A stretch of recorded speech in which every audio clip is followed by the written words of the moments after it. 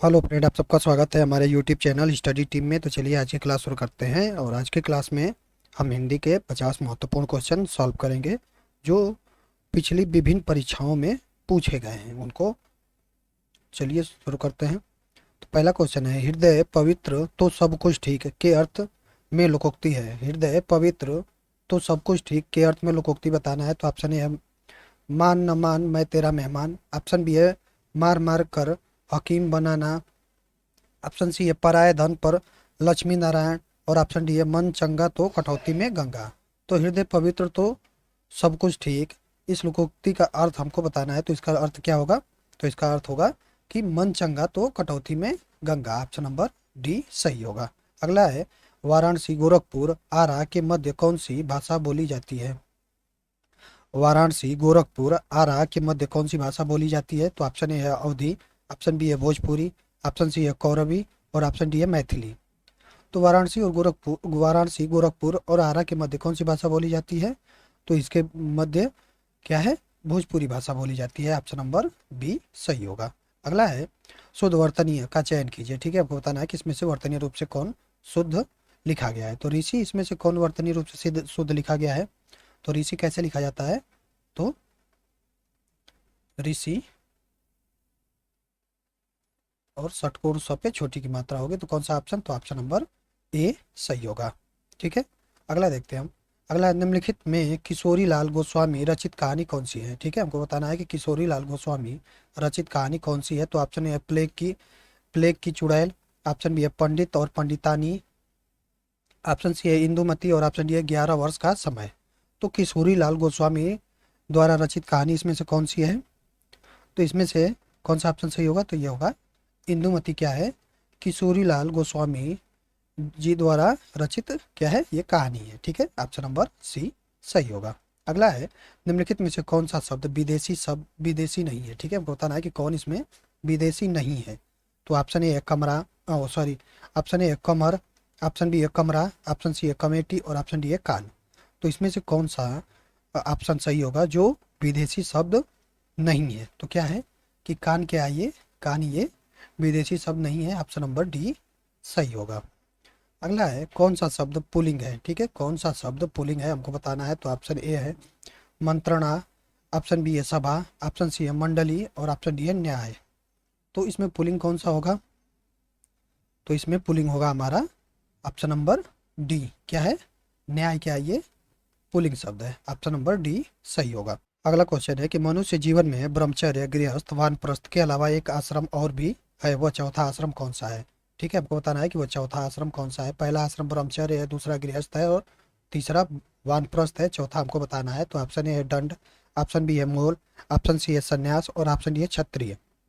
तो कौन सा ऑप्शन सही होगा इसमें? चौथा आश्रम कौन सा है? तो चौथा आश्रम होता है संन्यास। ठीक है, पहला होता है ब्रह्मचर्य, दूसरा ब्रह्मचर्य, गृहस्थ, वानप्रस्थ और एक संन्यास होता है। ठीक है, ऑप्शन नंबर सी सही होगा।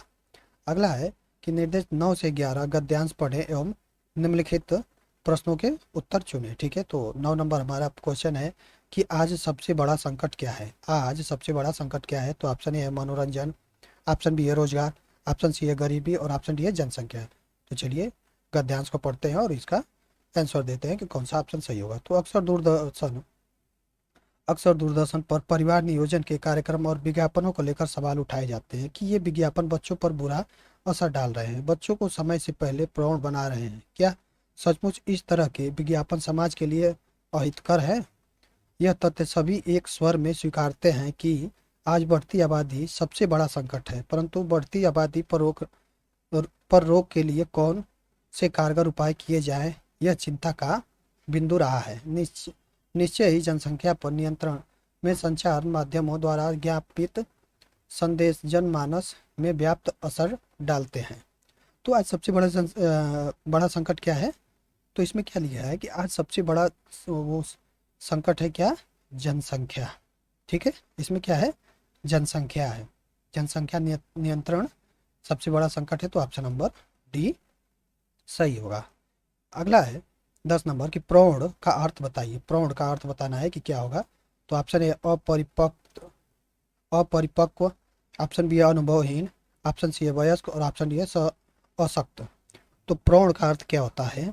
तो प्रौढ़ का अर्थ होता है, प्रौढ़ मतलब वयस्क हो जाना। ठीक है, ऑप्शन नंबर सी सही होगा।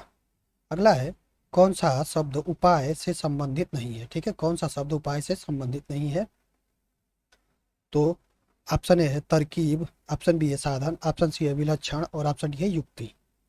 तो कौन सा शब्द उपाय से संबंधित नहीं है? तो इसमें कौन सा ऑप्शन सही होगा?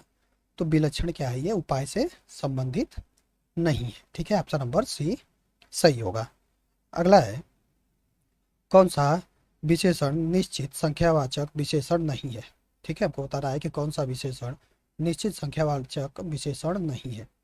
तो ऑप्शन है कुत्ते के लिए 2 मीटर कपड़ा चाहिए, ऑप्शन बी है 1 किलो आम से ज़्यादा मत लाना, ऑप्शन सी है सैकड़ों लोग मारे गए और ऑप्शन डी है चाय में 50 ग्राम चीनी डालना। तो हमको बताना है कि कौन निश्चित संख्यावाचक विशेषण नहीं है, वो बताना है। तो कौन सा ऑप्शन सही होगा? तो ये होगा कि यहाँ पे क्या है कि सैकड़ों लोग मारे गए, ये क्या है, ये यहाँ पे लोगों की संख्या क्या है, निश्चित नहीं है। तो ये कौन सा होगा? हमारा ऑप्शन नंबर सी सही होगा। ये क्या है? ये निश्चित संख्यावाचक विशेषण नहीं है। ठीक है, ऑप्शन नंबर सी सही होगा। अगला है, पुष्कर का अर्थ बताइए। ठीक है, पुष्कर का अर्थ बताना है कि पुष्कर का अर्थ क्या होगा। तो ऑप्शन ए है नदी का नाम, ऑप्शन बी है मूसक, ऑप्शन सी है ट्रेन का नाम और ऑप्शन डी है सरोवर। तो पुष्कर का अर्थ क्या होगा? तो पुष्कर का अर्थ होगा सरोवर, ऑप्शन नंबर डी सही होगा।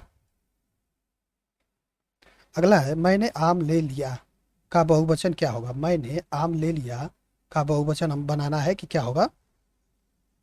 तो ऑप्शन है मैंने आम ले लिए हैं, ऑप्शन बी है मैंने आम लिए हैं, ऑप्शन सी हमने आम ले लिए हैं और ऑप्शन डी है हमने आम ले लिए है, ले लिया है। तो मैंने आम ले लिया है, इसका बहुवचन क्या होगा? तो इसका बहुवचन होगा कि मैंने आम ले लिए हैं, ऑप्शन नंबर ए सही होगा। मैंने आम ले लिए हैं, ऑप्शन नंबर ए सही होगा। अगला है, जटिल का अर्थ बताइए। जटिल का अर्थ बताना है कि क्या होगा। तो ऑप्शन ए है व्यर्थ, ऑप्शन बी है पेचीदा, ऑप्शन सी है असंभव और ऑप्शन डी है गंदा। तो जटिल का अर्थ क्या होगा? तो जटिल का अर्थ होगा पेचीदा, ऑप्शन नंबर बी सही होगा। ठीक है, आगे देखते हैं। आगे दिए गए विकल्प में से सही वाक्य चुनिए। ठीक है, आपको बताना है कि इस विकल्प में कौन सा सही वाक्य है। तो ऑप्शन ए है कि मैंने आपसे प्रणाम किया था, ऑप्शन बी है मैं आपको प्रणाम किया हूँ, ऑप्शन सी है मैंने आपको प्रणाम किया था और ऑप्शन डी है मैं आपको प्रणाम किया था। तो इसमें सही वाक्य कौन सा है? तो इसमें सही वाक्य होगा कि मैंने आपको प्रणाम किया था, मैंने आपको प्रणाम किया था, ऑप्शन नंबर सी सही होगा। ठीक है, आगे देखते हैं।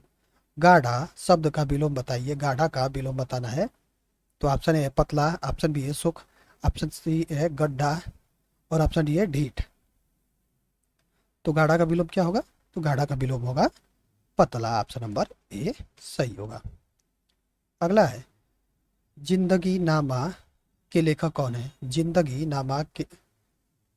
नामा के लेखक कौन है बताना है। तो ऑप्शन ए है कृष्णा सोबती, ऑप्शन बी है केदारनाथ सिंह, ऑप्शन सी है कैफी आजमी और ऑप्शन डी है कालिदास।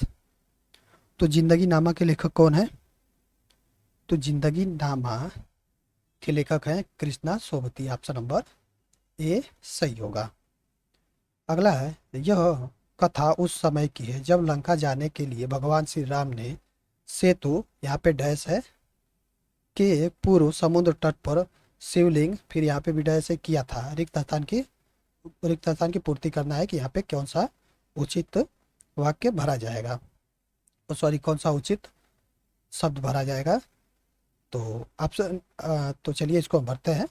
तो क्या है कि यह कथन उस समय की है, यह कथा उस समय की है जब लंका जाने के लिए भगवान श्री राम ने सेतु, ठीक है, भगवान श्री राम ने सेतु सेतु का क्या निर्माण किया था।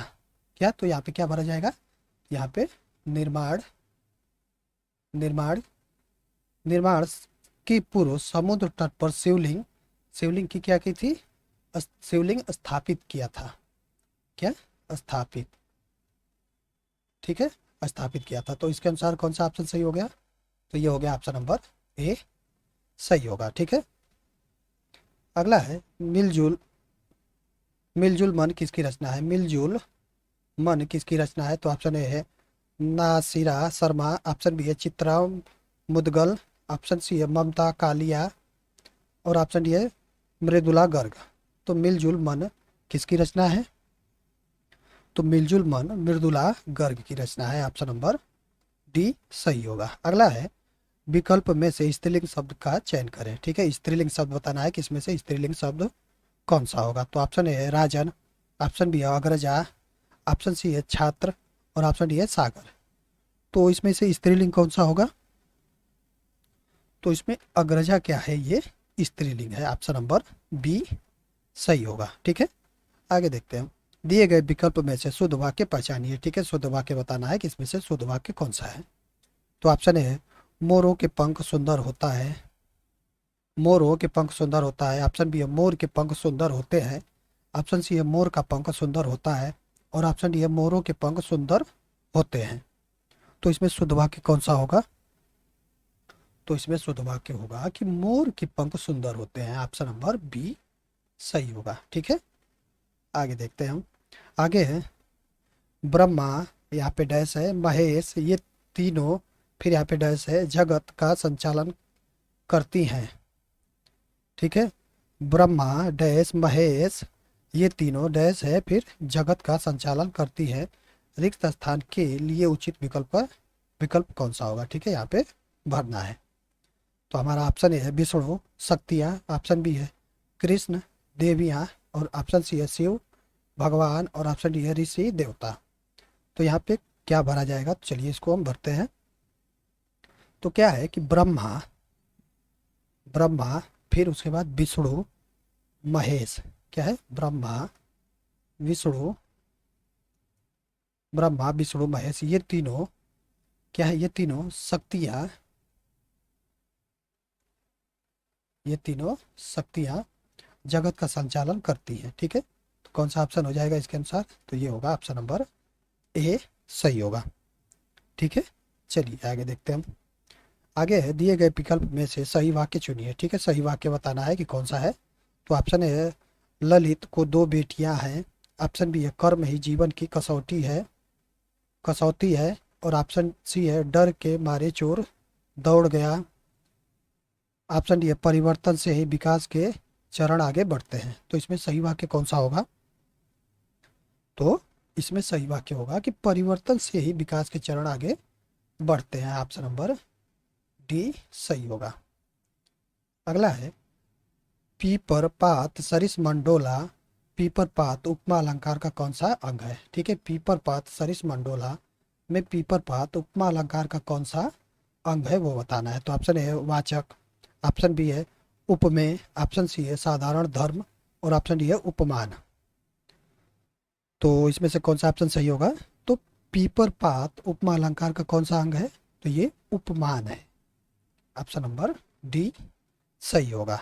अगला क्वेश्चन है कि किंचित तत्सम शब्द का तद्भव शब्द बताइए। किंचित तत्सम शब्द का तद्भव शब्द हमको बताना है। तो ऑप्शन ए है कुछ, ऑप्शन बी है थोड़ा, ऑप्शन सी है लेकिन और ऑप्शन डी है परंतु। तो किंचित तत्सम शब्द का तद्भव क्या होगा? तो इसका होगा ऑप्शन नंबर ए कुछ क्या होगा? सही होगा। ठीक है, किंचित का तत्सम का तद्भव होगा कुछ।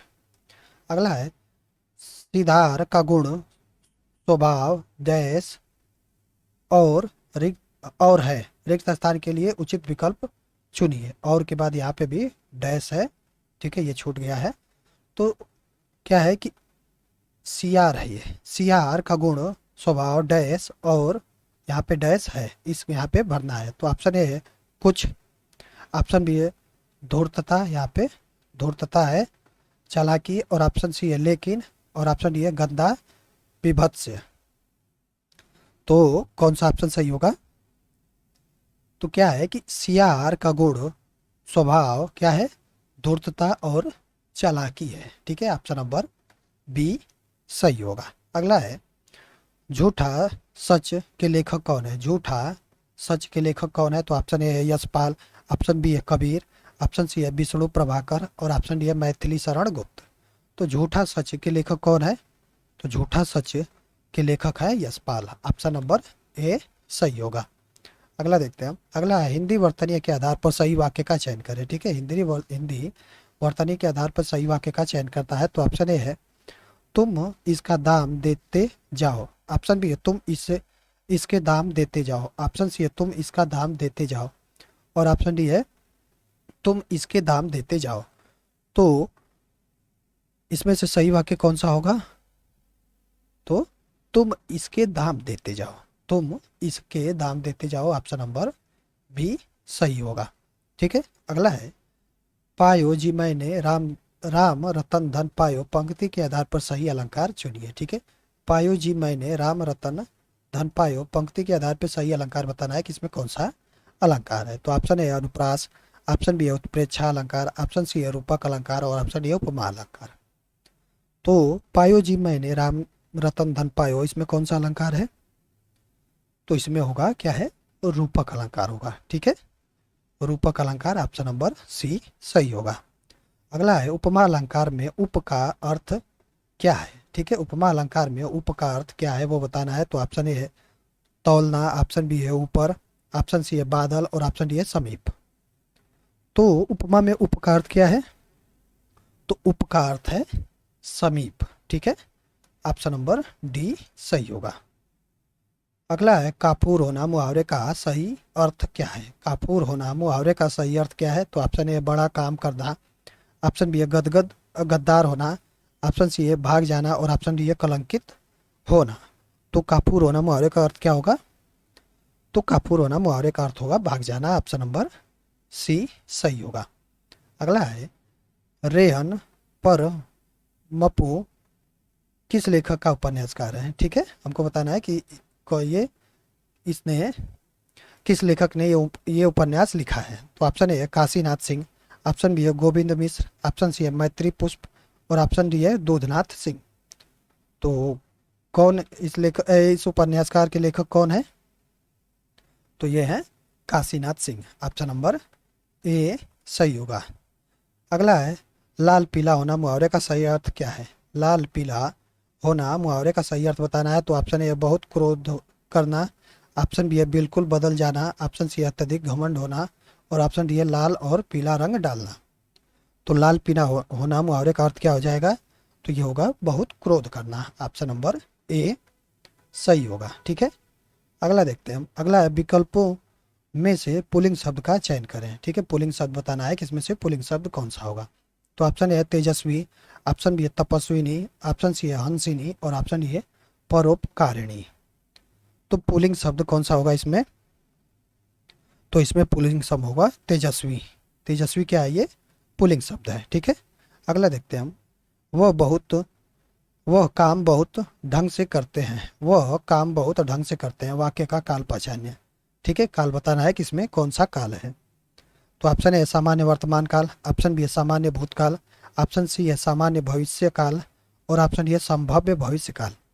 तो वह काम बहुत ढंग से करते हैं, इसमें कौन सा काल होगा? तो इसमें होगा हमारा सामान्य वर्तमान काल। ठीक है, ऑप्शन नंबर ए सही होगा। अगला है सुप्त का विरुद्धार्थी शब्द बताइए। ठीक है, सुप्त का विरुद्धार्थी शब्द बताना है। तो ऑप्शन ए है पालक, ऑप्शन बी है पौरस्त्य, ऑप्शन सी है गर्मी और ऑप्शन डी है जागृत। तो सुप्त का विरुद्धार्थी शब्द क्या होगा?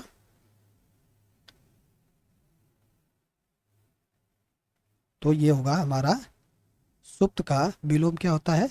तो सुप्त का विलोम होता है जागृत। ठीक है, सुप्त का विलोम जागृत होता है, जागृत नहीं होता है। तो यहाँ पे हम इसको जागृत बना लेंगे और ऑप्शन नंबर डी सही होगा। ठीक है, अगला है विज्ञान और प्रौद्योगिकी क्षेत्र में भारत की प्राचीन काल की के यहाँ पे डैश है से फिर डैश लेकर इस शताब्दी में प्राप्त महान सफलताओं की एक लंबी और फिर डैश परंपरा रही है। रिक्त स्थान के लिए उचित विकल्प चुनना है कि क्या भरा जाएगा। ठीक है, यहाँ पे डैश नहीं है, यहाँ पे एक ही है। ठीक है, तो ऑप्शन ए है नवाचारों आहत, ऑप्शन बी है उपलब्धियों अनूठी, ऑप्शन सी है कर्मों अकाट्य और ऑप्शन डी है विजय अभय। ठीक है, तो चलिए इसको पढ़ते हैं और इसको हम रिक्त स्थान की पूर्ति करते हैं और देखते हैं कि कौन सा ऑप्शन सही होगा। तो विज्ञान और प्रौद्योगिकी के क्षेत्र में भारत की प्राचीन काल की के यहाँ पे क्या है, प्राचीन काल की अब क्या उपलब्धियों, ठीक है, उपलब्धियों उपलब्धियों से लेकर इस शताब्दी में प्राप्त महान सफलताओं की एक लंबी और क्या है, अनूठी अनूठी परंपरा रही है। तो कौन सा ऑप्शन सही होगा? तो ये होगा ऑप्शन नंबर बी सही होगा। ठीक है, आगे देखते हैं हम। आगे है, लोक में प्रचलित उक्ति जिसका मूल अर्थ बना रहता है और स्वतंत्र रूप से उसका प्रयोग भी किया जाता है, दिए गए विकल्पों में से सही उक्ति का चयन करें। ठीक है, लोक में प्रचलित उक्ति जिसका मूल अर्थ बना रहता है और स्वतंत्र रूप से उसका प्रयोग भी किया जाता है, दिए गए विकल्प में से सही उक्ति का चयन करना है। तो ऑप्शन ए है लोकोक्ति, ऑप्शन बी है मुहावरा, ऑप्शन सी है विशेषण और ऑप्शन डी है सर्वनाम। तो कौन सा ऑप्शन सही होगा? तो लोक में प्रचलित उक्ति जिसका मूल अर्थ बना रहता है और स्वतंत्र रूप से उसका प्रयोग किया जाता है, उसे हम क्या बोलते हैं? उसे लोकोक्ति कहते हैं। ऑप्शन नंबर ए सही होगा। अगला देखते हैं हम। अगला है, अध्यापिकाएं इस शब्द में वचन के आधार पर निम्नलिखित विकल्प में से सही संधि विच्छेद का चयन करें। ठीक है, इसका संधि विच्छेद का हमको चयन करना है, किसके आधार पे? तो वचन के आधार पे। ठीक है, तो ऑप्शन है अध्यापिका प्लस इकाएं, ऑप्शन बी है अध्यापिका प्लस अ, ऑप्शन सी है अध्यापिका प्लस अ और ऑप्शन डी अध्यापिका प्लस ए। तो इसका सही संधि विच्छेद क्या होगा? तो इसका सही संधि विच्छेद होगा अध्यापिका प्लस ए। ठीक है, कौन सा ऑप्शन सही होगा? ऑप्शन नंबर सी सही होगा। अगला देखते हैं हम। अगला है, दिए गए विकल्पों में से सही वाक्य चुनिए।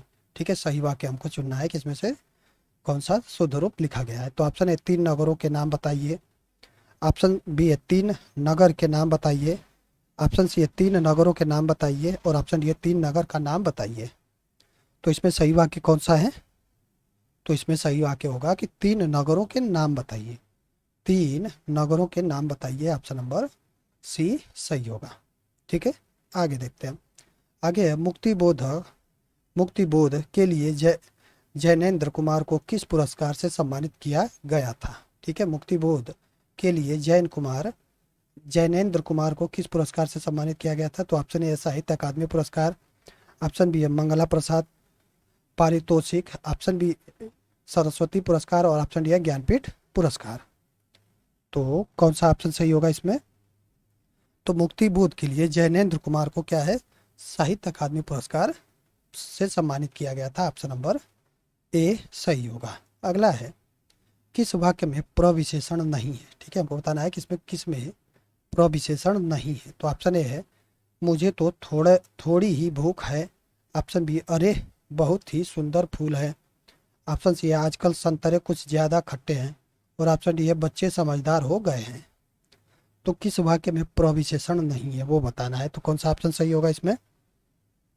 तो ये होगा कि बच्चे समझदार हो गए हैं, इसमें क्या है, प्रविशेषण नहीं है। ठीक है, ऑप्शन नंबर डी सही होगा। अगला है, निरंतर डैश करने से कामयाबी जरूर हासिल होती है, रिक्त स्थान के लिए उचित विकल्प कौन सा है? ठीक है, यहाँ पे हमको भरना है क्या करना कि कौन सा भरा जाएगा। तो ऑप्शन ए है हंगामा, ऑप्शन बी है कार्य, ऑप्शन सी है चित्कार और ऑप्शन डी है प्रयास। तो निरंतर क्या करने से कामयाबी जरूर हासिल होती है? तो निरंतर क्या है, प्रयास करने से कामयाबी जरूर हासिल होती है। तो यहाँ पे क्या भरा जाएगा, प्रयास। कौन सा ऑप्शन? ऑप्शन नंबर डी सही होगा। अगला है, बोध शब्द का समानार्थी शब्द कौन सा है? ठीक है, बोध शब्द का समानार्थी शब्द बताना है। तो ऑप्शन ए है शांत, ऑप्शन बी है विस्मृति, ऑप्शन सी है बोझ और ऑप्शन डी है अनुभूति। तो कौन सा ऑप्शन सही होगा? बोध का समानार्थी शब्द क्या होगा? तो बोध का समानार्थी शब्द होगा अनुभूति। ऑप्शन नंबर डी सही होगा। अगला है, काली घटा का घमंड घटा, काली घटा का घमंड घटा पंक्ति में कौन से अलंकार का प्रयोग किया गया है? ठीक है, अलंकार बताना है कि इसमें कौन सा अलंकार होगा। तो ऑप्शन ए है प्रश्न अलंकार, ऑप्शन बी है विप्सा अलंकार, ऑप्शन सी है यमक अलंकार और ऑप्शन डी है अनियोक्ति अलंकार। तो काली घटा का घमंड घटा, इसमें कौन सा अलंकार होगा? तो इसमें होगा यमक अलंकार। ठीक है, ऑप्शन नंबर सी सही होगा। अगला है, थोथा चना बाजे घना मुहावरे के अर्थ का चयन करें। ठीक है, थोथा चना बाजे घना। तो ऑप्शन ए दिखावा बहुत करना परंतु सार न होना। ऑप्शन बी है चने को बजाना। ऑप्शन सी है चने रूपी खिलौने से खेलना। और ऑप्शन डी है बहुत आवाज करना। तो थोथा चना बाजे घना मुहावरे का अर्थ क्या होगा? तो ये होगा दिखावा बहुत करना परंतु सार न होना। ऑप्शन नंबर ए सही होगा। ठीक है, अगला है अधजल गगरी छलकत जाए, उक्त मुहावरे के लिए वाक्य बताइए। ठीक है, अधजल गगरी छलकत जाए, इस मुहावरे के लिए वाक्य बताना है। तो ऑप्शन है फूटी हुई गगरी से जल टपकता है। ऑप्शन बी है आधे जल से भरी गगरी छलकत जाती है। ऑप्शन सी है कम गुड़ वाला व्यक्ति दिखावा बहुत करता है। और ऑप्शन डी है आधे जल से भरी गगरी नहीं लेकर जानी चाहिए। तो अधजल गगरी छलकत जाए, इस मुहावरे के लिए वाक्य क्या होगा? तो ये होगा कि कम गुण वाला व्यक्ति दिखावा बहुत करता है। ऑप्शन नंबर सी सही होगा। ठीक है, कौन सा? तो ये ऑप्शन नंबर सी सही होगा। अगला है कमल का स्त्रीलिंग बताइए। ठीक है, कमल का स्त्रीलिंग बताना है। तो ऑप्शन ए है कमलिनी। ऑप्शन बी है कमली। ऑप्शन सी है कमलिनी। और ऑप्शन डी है कामले। तो कमल का स्त्रीलिंग क्या होगा?